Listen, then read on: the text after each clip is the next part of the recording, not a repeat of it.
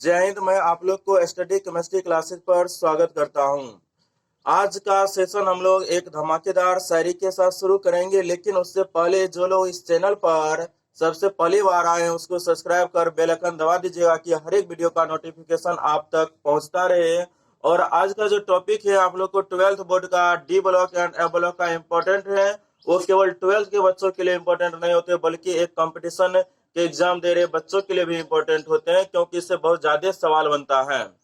अगर हम आज इस सेशन में बात करें तो हम लोग पिछले क्लास में पीरियोडिक टेबल को लर्निंग करने का भी ट्रिक पढ़ा था, जो कि आज भी लिखा हुआ है आपको। जैसे हमने 3D श्रेणी का बताया था कि सुनो तुम विवाह कर लो मुझसे, फिर कोई नहीं कहेगा जानू। इसी तरह आपका सभी के बारे में बताया गया था, लेकिन आपको डी एंड एफ ब्लॉक में जो पढ़ना है उसमें सबसे पहले तो पढ़ना होगा कि डी ब्लॉक एलिमेंट कहेंगे किसको।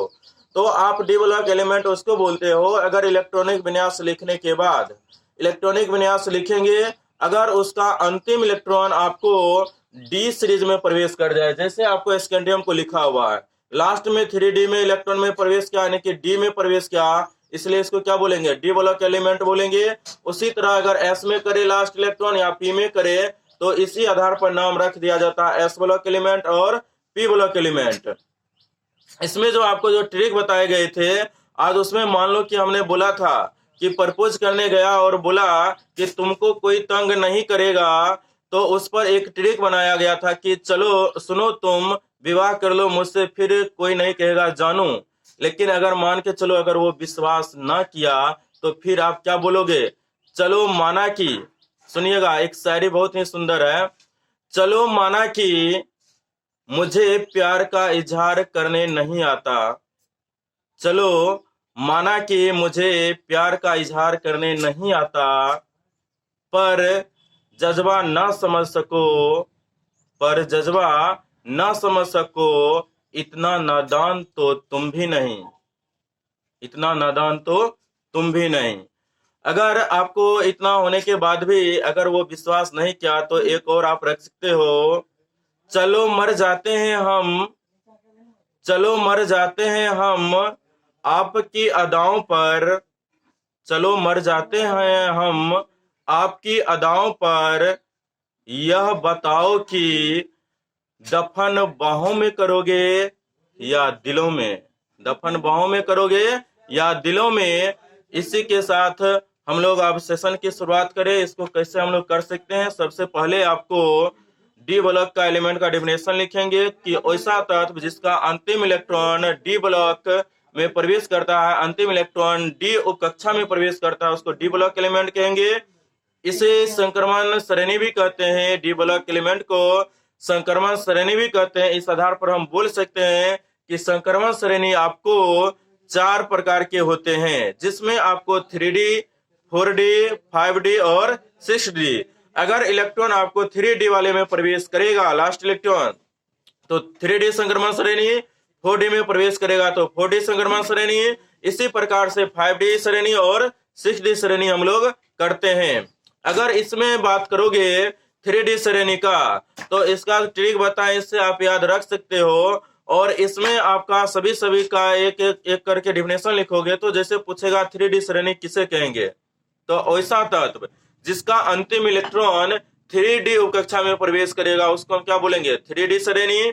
उसके बाद अगर आपको आएगा 4D संक्रमण श्रेणी किसको कहेंगे, तो ऐसा तत्व जिसका अंतिम इलेक्ट्रॉन 4D उपकक्षा में प्रवेश करेगा उसको हम 4D संक्रमण श्रेणी या 4D ट्रांजिशन सीरीज भी बोलते हैं। संक्रमण का अंग्रेजी ही होता है ट्रांजिशन।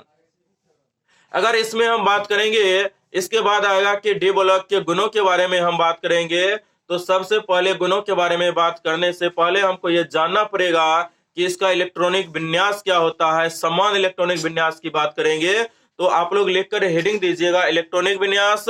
आप लोग सभी का डिफिनेशन लिखकर बारी बारी से, यहाँ पर एग्जाम्पल लिखा गया, इसका परिभाषा लिखकर एग्जाम्पल लिख लेंगे। फिर आपका 4D संक्रमण श्रेणी का परिभाषा लिखकर आपको एग्जाम्पल लिख लेना है। जो डिफिनेशन बनाए हैं उसी पर आधारित सभी का डिफिनेशन लिखकर एग्जाम्पल लिख लेना है।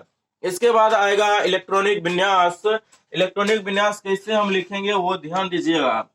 अगर आप इलेक्ट्रॉनिक विन्यास लिखते हो 3D श्रेणी में से कोई एक एग्जांपल ले, हम स्कैंडियम का अगर लिखते हैं तो ये लिखाता है आपका 1s2 2s2 2p6 और 3s2 3p6 4s1 4s2 3d1 4s2 कर लीजिए 4s2 3d1। अगर आप जिंक का लिखते हो तो जिंक आएगा 1s2 2s2 2p6 3s2 3p6 4s2 3d10। हमने ये एनर्जी लेवल आपको बता चुके हैं कैसे एनर्जी लेवल को लिखना है।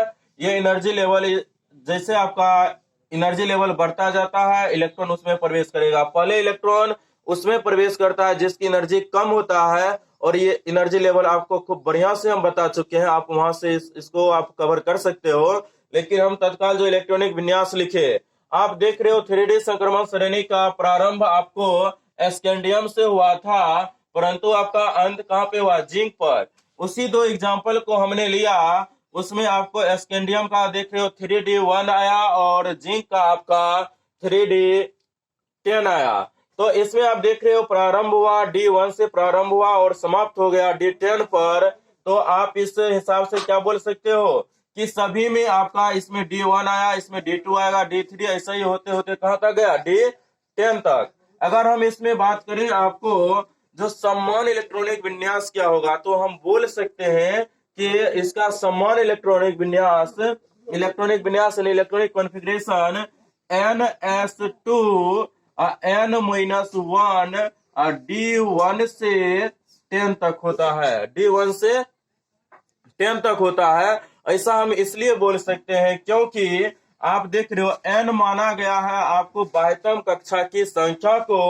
n आपको बाह्यतम कक्षा की संख्या है तो 4 आपको क्या है? बाह्यतम कक्षा, यानी 4 आपका बाह्यतम कक्षा हो गए। लेकिन डी ब्लॉक के तत्व में इलेक्ट्रॉन प्रवेश कर रहा है, चौथे कक्षा में प्रवेश नहीं करके तीसरे कक्षा में प्रवेश कर रहा है। बाह्यतम कक्षा मेरा क्या है? 4s, यानी कि चौथा कक्षा जो है वो हम लोग का बाह्यतम है। लेकिन डी श्रेणी में जाने के बाद हम देखते हैं कि आपको इलेक्ट्रॉन फोर्थ कक्षा में नहीं जाके जा रहा है, किसमें? 3 वाले में। यानी अगर हम कक्षा की संख्या n मान ले तो इलेक्ट्रॉन आपको प्रवेश कर रहा है n-1, यानी जितना अधिकतम कक्षाओं की संख्या है उससे एक कम वाले में इलेक्ट्रॉन प्रवेश कर रहा है। इसलिए हम लोग क्या लिखेंगे? इसका समान इलेक्ट्रॉनिक विन्यास हम लोग लिखेंगे NS2, क्योंकि आपका बाह्यतम कक्षा के S में इलेक्ट्रॉन की संख्या कितना है? 2 है। इसलिए हम बाह्यतम कक्षा को अगर n मान लेंगे तो उसका समान इलेक्ट्रॉनिक विन्यास NS2 हो गया, और उसके अंदर वाले D में इलेक्ट्रॉन प्रवेश करता है, इसलिए हम लिख दिए n-1 D1 से 10 तक। ये आपका इलेक्ट्रॉनिक विन्यास हो गया। तो गुणों में सबसे पहला हेडिंग देना था कि इलेक्ट्रॉनिक डी ब्लॉक के तत्व का गुण क्या होते हैं, लिखकर हेडिंग देते हैं इलेक्ट्रॉनिक विन्यास। और इलेक्ट्रॉनिक विन्यास को हम लोग इलेक्ट्रॉनिक कॉन्फ़िगरेशन बोलते हैं। तो क्या बोलेंगे इसको कि डी श्रेणी में किसी तत्व के इलेक्ट्रॉन की व्यवस्था को हम क्या बोलेंगे? इलेक्ट्रॉनिक विन्यास। उसमें अगर समान इलेक्ट्रॉनिक विन्यास की बात करेगा, लिखेंगे डी ब्लॉक के तत्व का समान इलेक्ट्रॉनिक विन्यास NS2 n-1 D1 से 10 तक होता है। सेकेंड गुण आपको आएगा परमाणु त्रिज्या, जिसको हम लोग बोलते हैं एटॉमिक रेडियस। तो उस पर अगर हम बात करें एटॉमिक रेडियस पर, तो आप देखिएगा यहाँ पर जो ट्रिक दिया हुआ है इसको हम अब थोड़ा मिटाते हैं। अगर इसमें बात करोगे तो आप जैसे जानते हो किसी भी परमाणु के नाभिक में प्रोटॉन होते हैं और उसके कक्षा में इलेक्ट्रॉन चारों ओर घूमते रहते हैं। तो प्रोटॉन पर धन आवेश और इलेक्ट्रॉन पर ऋण आवेश होते हैं, और दो विपरीत आवेश के बीच आकर्षण होते हैं और समान आवेश के बीच विकर्षण होता है। यहाँ पर आपको दो विपरीत आवेश रहेंगे, क्योंकि नाभिक में आपको रहते हैं प्रोटॉन और न्यूट्रॉन। न्यूट्रॉन पर कोई आवेश नहीं होते हैं, जबकि प्रोटॉन पर आपको धन आवेश होते हैं। अगर हम इलेक्ट्रॉन की बात करेंगे तो इलेक्ट्रॉन पर आपको ऋण आवेश होते हैं, जो आपको कक्षाओं में क्या होते हैं? घूमते रहते हैं। तो इस दोनों के बीच क्या होंगे? आकर्षण बल भी लगते हैं। और कितना लगेगा, किस प्रकार लगेगा? अगर हम 3D श्रेणी में जाएंगे, बाएं से दाएं की ओर जाने पर उसके आकार में क्या परिवर्तन आएगा, उसी के बारे में हम लोग को जानना है। तो देखिएगा यहाँ पर अगर हम स्कैंडियम की बात करें तो आप लिख सकते हो, इसका स्कैंडियम का क्या आया था लास्ट में 4s2 3d1 आया था। शॉर्ट फॉर्म में हम आर्गन 4s2 3d1 लिखते हैं। और जिंक के लिए आप लिख सकते हो 4s2 और इधर 3d10 आया था, लेकिन इससे पहले हमको आर्गन लगाना पड़ेगा।